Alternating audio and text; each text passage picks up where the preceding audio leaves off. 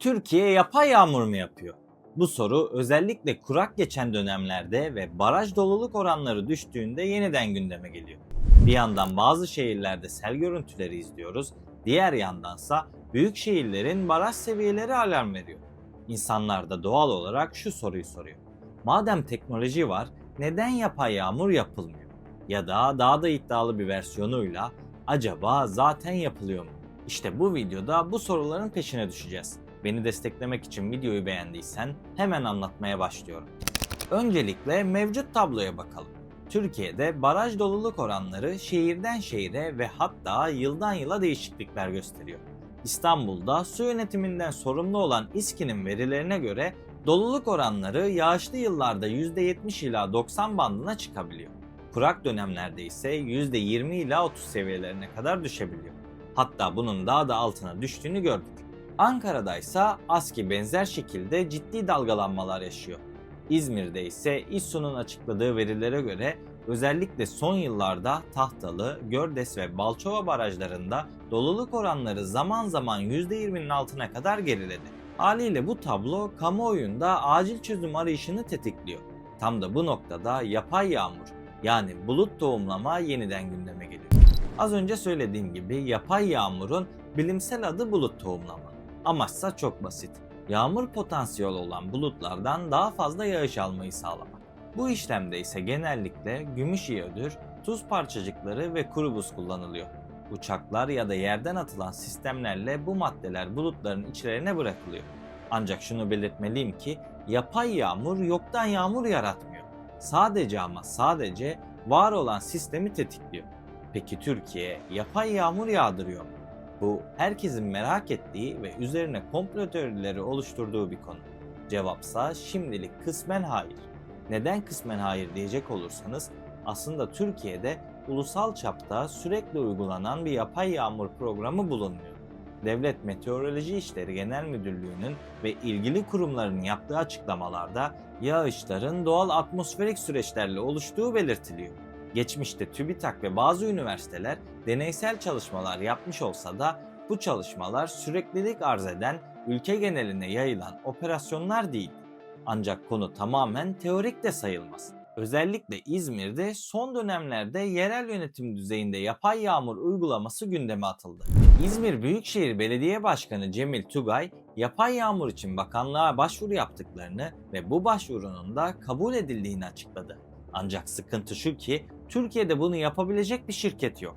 İhaleleri satın alan bir Türk firması bulamadıkları için projeye başlayamıyorlar. En azından Sayın Bakan Tugay bu şekilde söylüyor. Peki öyleyse şimdi ne olacak? Biliyorsunuz ki İzmir kuraklık ve su sorunundan etkilenen şehirlerimizin başında geliyor. Özellikle yaz aylarında milyonlarca insanı etkileyen planlı su kesintileri uygulanıyor. Bu nedenle bu proje İzmir ve çevresi için büyük umut vaat ediyor. Çünkü bu bölgelerdeki baraj seviyeleri gerçekten kritik seviyelere ulaşmış durumda.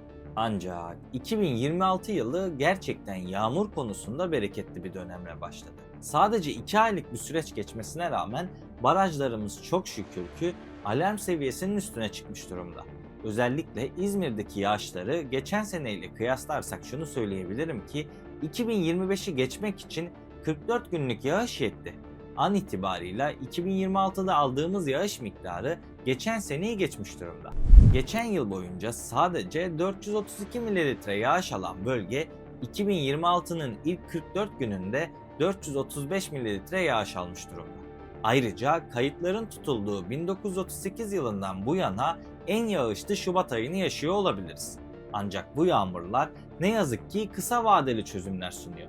Söylediğim gibi neredeyse 90 sene boyunca geçirdiğimiz en iyi Şubat'tan bahsediyoruz. Yani veriler bunların kalıcı olmadığını açıkça ifade ediyor. Bu nedenle bölgenin geleceği için yapay yağmurlar oldukça değerli. Belediye şu anda ihaleyi alacak bir yerli firma bulamamış olsa da yabancı firmalarla temas kurmaya devam ediyor. Kim bilir belki de önümüzdeki senelerden itibaren Türkiye ilk kez resmi olarak yapay yağmura başvuracak. Arap Yarımadası'nda birçok ülkenin dışında Çin, Amerika Birleşik Devletleri ve Kanada gibi devletler bu yöntemi zaten kullanıyor. Ayrıca Arabistan bu uygulamayı kullandığından bu yana yağış miktarında ortalama %3 artış gerçekleşti. İzmir ve çevresi için ne kadar katkı sağlayacağını ancak bu proje başlarsa yorumlayabiliriz. Velhasıl tüm bu anlattıklarıma rağmen burada önemli bir ayrımı da yapmamız gerekiyor. Yapay yağmur dediğimiz şey iklimi kontrol etmek anlamına gelmiyor. Bu teknoloji en iyi ihtimalle %5 ila %15 arasında ek yağış sağlayabilir. O da uygun meteorolojik şartlar varsa. Yani baraj doluluğunu tek başına kurtaracak mucizevi bir sistem değil. Belki de tam da bu noktada Türkiye'nin yeni arayışlara girmesi ve su konusunda alternatif çözümlere yatırımlar yapması gerekiyor. Üç tarafı denizlerle çevrili bir ülke olmamıza rağmen deniz suyunu arıtma tesislerine sahip değiliz. Oysa günümüzde deniz suyunu arıtma birçok ülke için lüks değil, zorunluluk haline gelmiş durumda. Özellikle su fakiri ya da çöl iklimine sahip ülkeler bu teknolojiyi yoğun şekilde kullanıyor. Ama kullanılan teknikler ve ölçekler ülkeden ülkeye ciddi farklılıklar gösteriyor. En yoğun kullanılan ülkelerin başında Suudi Arabistan geliyor. Suudi Arabistan içme suyunun büyük bölümünü denizden elde ediyor.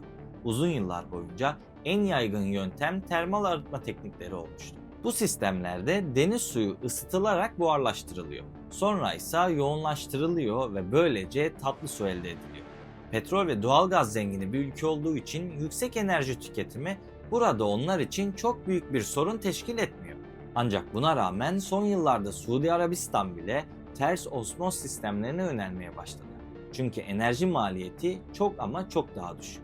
Öte yandan İsrail bu konuda en dikkat çekici ülkelerden birisi konumunda. Ülke içme suyunun yaklaşık %60'ını denizlerden sağlıyor. Ashkelon, Sorek ve Hedera tesisleri dünyanın en büyük ters osmoz tesisleri arasında yer alıyor. Dolayısıyla İsrail tamamen ters osmoz teknolojisine odaklanmış durumda. Bu konuyla alakalı detaylı bir video hazırlamıştım. Dilerseniz buraya bıraktığım linkten o videoyu izleyebilirsiniz. Avrupa'ya gelecek olursak da İspanya Avrupa'da deniz arıtma sisteminde başı çeken ülkeler arasında yer alıyor. Özellikle Kanarya Adaları ve güney kıyılarında ters osmoz sistemleri yoğun şekilde kullanılıyor. Dolayısıyla saymış olduğum tüm bu ülkeler için hem tarım hem de içme suyu için arıtma tesisleri devrede. Dünyada bu kadar ülke bunu yapabiliyorken Türkiye neden yapamıyor diyenler için bazı açıklamalar yapmam gerekiyor. Öncelikle deniz suyunun arıtılması yani tuzdan arındırılması sanıldığı kadar basit bir işlem değil. En yaygın kullanılan yöntem ters osmoz sistemi. Bu sistemde deniz suyu çok yüksek basınçla özel membranlardan geçiriliyor ve böylece tuz ayrıştırılıyor. Ancak bu işlem son derece enerji isteyen bir işlem. Yani bol miktarda elektrik gerekiyor. Türkiye gibi enerjide büyük oranda dışa bağımlı olan bir ülke için bu suyu üretirken aynı anda yeni bir enerji maliyeti ve cari açık baskısı oluşturuyor. İkinci büyük mesele ise elbette tahmin edebileceğiniz gibi maliyet. Deniz arıtma tesislerinde üretilen suyun metreküp fiyatı barajlardan veya yeraltı sularından elde edilen suya kıyasla çok daha yüksek.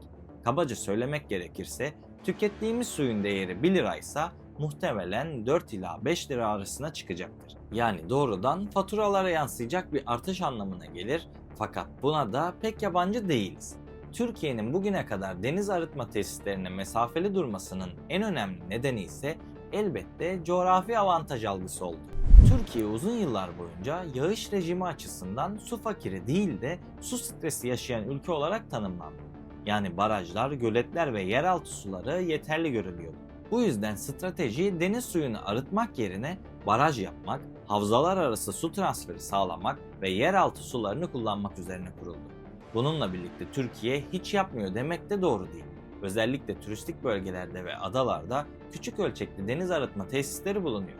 Bodrum, Çeşme, Kuzey Kıbrıs Türk Cumhuriyeti ile bağlantılı projeler ve bazı askeri tesislerde bu sistemler zaten kullanılıyor. Ancak bunlar ülke genelini besleyecek dev altyapılara sahip değil ve geçici çözümler olarak görülüyor. Ancak şu da bir gerçek ki teknoloji gelişti ve gelişen dünyada su her geçen gün daha değerli bir döngüye girmiş durumda. Kim bilir belki de gelecek yıllarda su savaşlarını izleyeceğiz. Peki sizce Türkiye hem yapay yağmur hem de deniz arıtma projelerine artık bütçe ayırmalı mı? Bu konu hakkındaki fikirlerinizi yorumlarda belirtmeyi ve videoyu beğenmeyi unutmayın. 200.000 abone yolunda bana destek olmak istersen kanala ücretsiz bir şekilde abone olabilirsin. Beni buraya kadar dinlediğin için teşekkür ederim. Bir sonraki videoda görüşmek üzere. Kendinize iyi bakın. Sağlıkla ve barışla kalın.